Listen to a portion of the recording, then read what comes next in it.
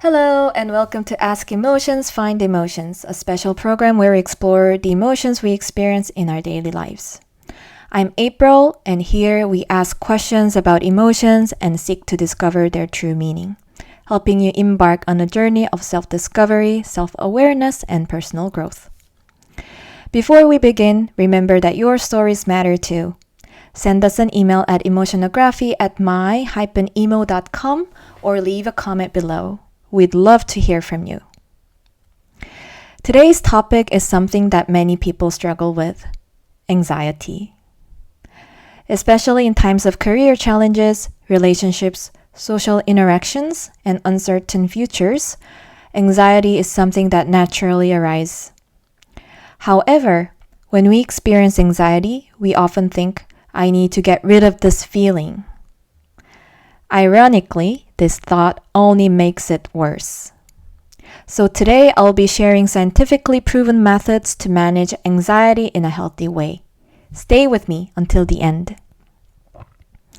Today's story comes from 26-year-old Suyeon, who is currently looking for a job. Hello, I'm Suyeon. I'm preparing for job applications. Lately, I've been feeling so anxious that it's hard to breathe. The moment I wake up, thoughts like, will I be able to get a job, rush into my mind. Even while studying for certifications or preparing for interviews, I wonder, does any of this even matter?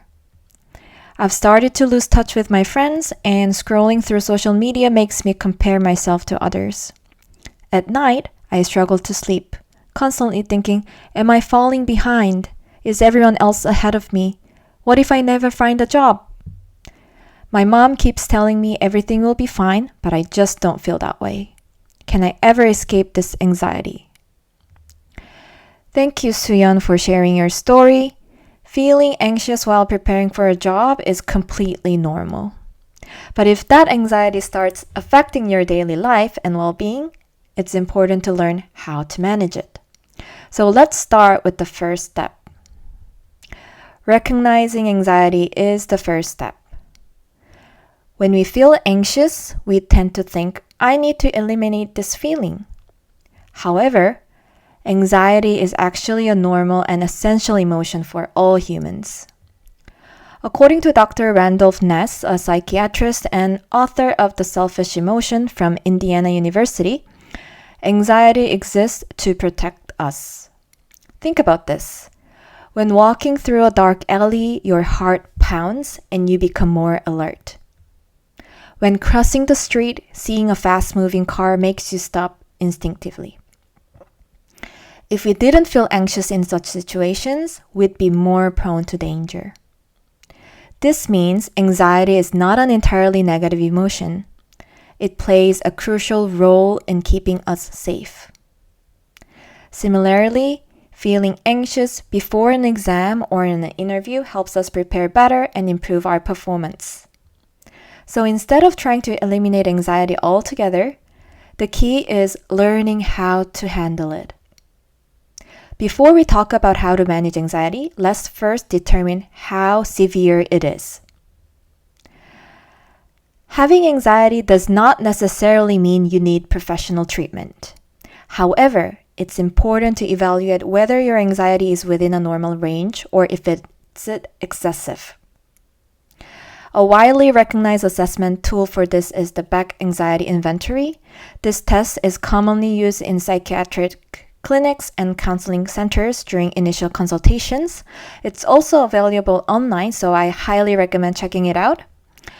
One of the most common questions that I hear from clients is my anxiety or depression normal?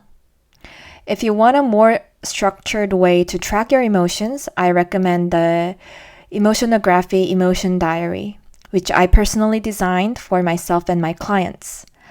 This diary is based on structured psychological principles, allowing for self-therapy through daily emotion tracking.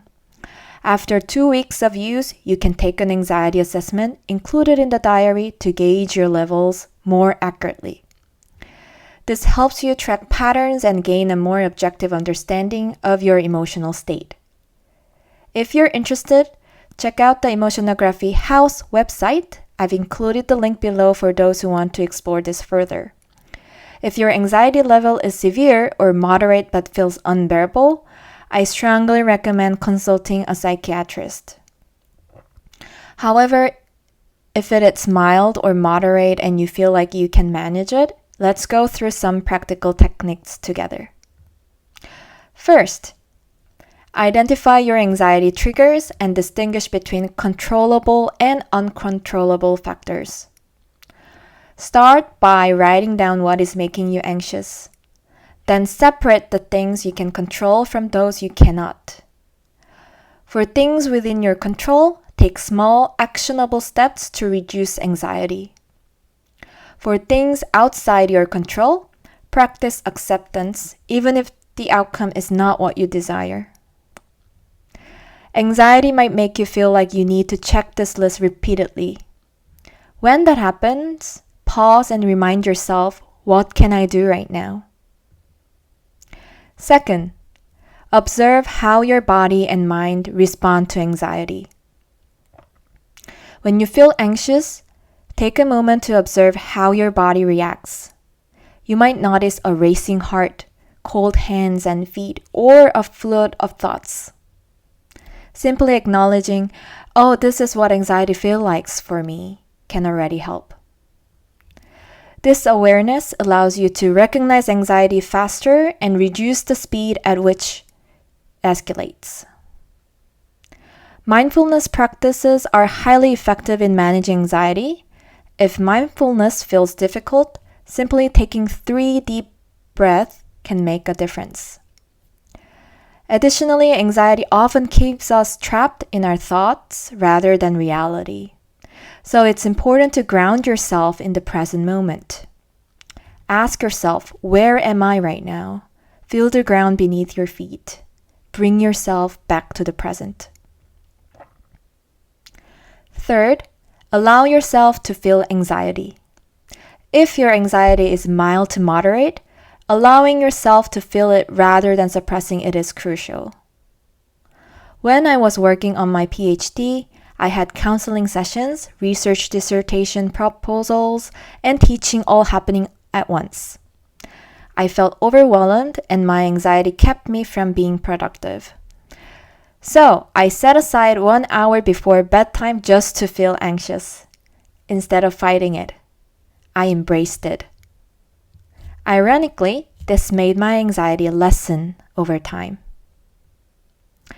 Remember, emotions grow stronger when suppressed, but naturally settle when accepted. Before anything else, it's important to objectively assess your anxiety levels. If you haven't done so yet, I highly recommend trying the Beck Anxiety Inventory or using a structured tool like the Emotionography Emotion Diary to track and evaluate your emotions. Understanding where you stand will help you take the right steps toward managing anxiety in a way that suits you best. Anxiety is a normal emotion that everyone experiences. Instead of trying to eliminate it, we can learn how to manage it. So, recap. First, recognizing anxiety is the first step. Second, identify what you can and cannot control. Observe how your body and mind react. Ground yourself in the present moment. Most importantly, allow yourself to feel anxiety. It's okay.